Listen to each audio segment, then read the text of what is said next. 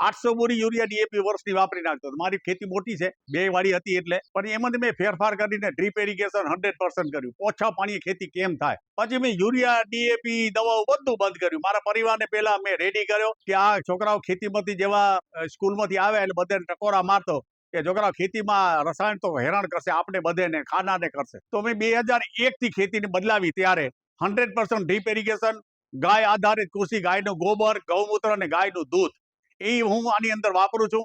એક વસ્તુ છે, ગાયનું દૂધ મેં જ્યારે વાપર્યું, કથેરી આવી ગયો, કાંઈ આવ્યો, ફૂલ જ્યારે આવે છે, ફ્લાવરિંગનો સમય છે, ભલે કોઈ બી સમય ફ્લાવરિંગનો સમય છે, અત્યારે આંબાને ફ્લાવરિંગ સમય છે, ત્યારે 250 ગ્રામ દેશી ગાયનું તાજું દૂધ વાપરું, 250 ગ્રામ ગોબર, 250 ગ્રામ ગૌમૂત્ર અને એમાં છાણાની રાખ ખાલી 4-5 ચમચી નાખી દીધી હોય તો મચ્છરમાં ખોટા અંદર આવે નહીં અને જીવાત ના આવે.